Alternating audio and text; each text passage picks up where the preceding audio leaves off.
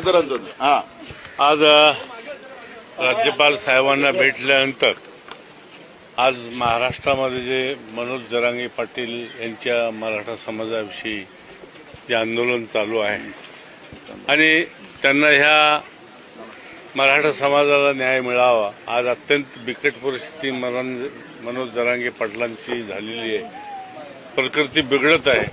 त्या बाबतीमध्ये त्यांना न्याय द्यावा यासाठी माननीय राज्यपाल यांना मी खासदार या नात्यानं या ठिकाणी निवेदन दिलेलं आहे, लेखी निवेदन दिलेलं आहे।